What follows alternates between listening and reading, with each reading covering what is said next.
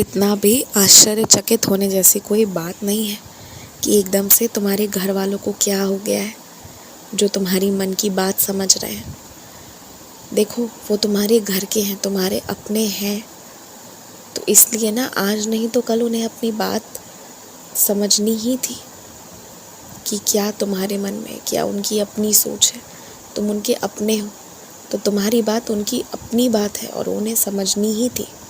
एक बात और मैं बता रहा हूँ, तुम जैसे महाकाल को आजकल ध्यान करते हो, याद करते हो ना, तो तुम ये हमेशा कहते हो कि महाकाल तो वो हैं जो जीवन से बुरे समय को निकाल कर दूर फेंक देते हैं और जीवन में सुखद समय भर देते हैं।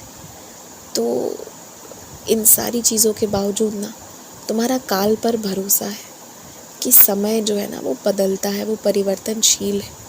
ठीक उसी तरह तुम्हारे परिवार वालों को भी ना ये बात समझ आ गई है कि तुम किसी चीज़ को लेकर लड़ते हो ना तो अपने फ़ायदे के लिए नहीं, तुम्हारा उसमें कोई फ़ायदा नहीं होता है।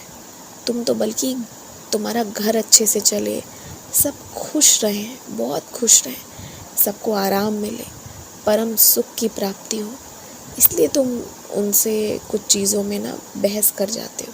और ये बात उन्हें समझ आ रही है कि उनकी ही खुशी के लिए तुम उनसे ही लड़ लेते हो। इसलिए ना अब उन्हीं लोगों ने मन बनाया है तुम्हें समझते हुए तुम्हारे फैसलों का सम्मान करने का।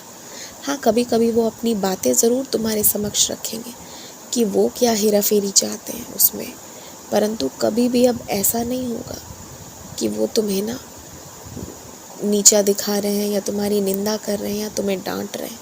अब ऐसा नहीं होगा। उन्हें भी समझ आ गया कि तुम क्या हो, क्या चाहते हो।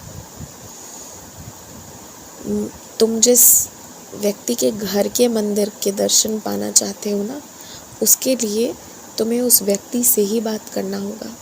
कोई दूसरा उसके घर पे तुम्हें नहीं ले जा पाएगा। और चलो कोई ले के भी जाएगा ना तो दरवाजे के बाहर तक ही। अगर अंदर जाना है किसी के भी घर के ना, तो घर के मालिक की अनुमति ज़रूरी होती है। ठीक उसी तरह तुम जिसके घर के मंदिर के दर्शन को इतने व्याकुल हो, इतने परेशान हो ना, उस व्यक्ति से तुम्हें थोड़ी बातचीत करनी होगी। फिर वो जब तुम्हें घर बुलाए तब तुम उसके घर जा सकते हो और दर्शन पा सकते हो। इसके लिए तुम्हें सबूरी रखना होगा। मैंने ना एक जगह तुम्हारे लिए चुन रखा है और कुछ चीज़ें तुम्हारे लिए जो है ना मैंने बंदोबस्त कर दी है। एक जगह और कुछ सामग्री और कुछ चीज़ें, ये सब मिला कर ना तुम जो अपने गाने का नया शुरुआत करना चाहते हो ना, वो तुम कर पाओगे फिर से। या तुम्हें और भी कुछ इस तरह करना होगा तो और भी नई चीज़ों की शुरुआत तुम अब कर पाओगे।